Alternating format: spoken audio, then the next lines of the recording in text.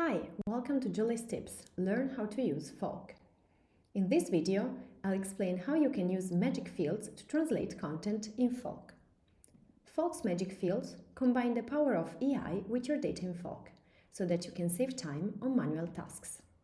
You might need to translate content for different reasons. For example, translating an email to a preferred language, or notes for your international teammates, and so on. First, go to the group where you have the content you want to translate. Then, create your magic field.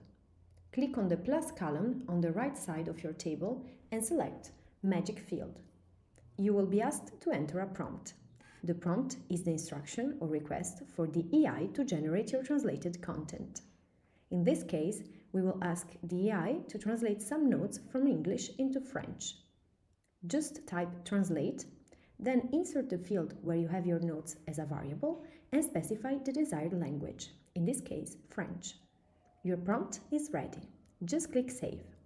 Now, click on Generate and your content will be translated in a matter of seconds.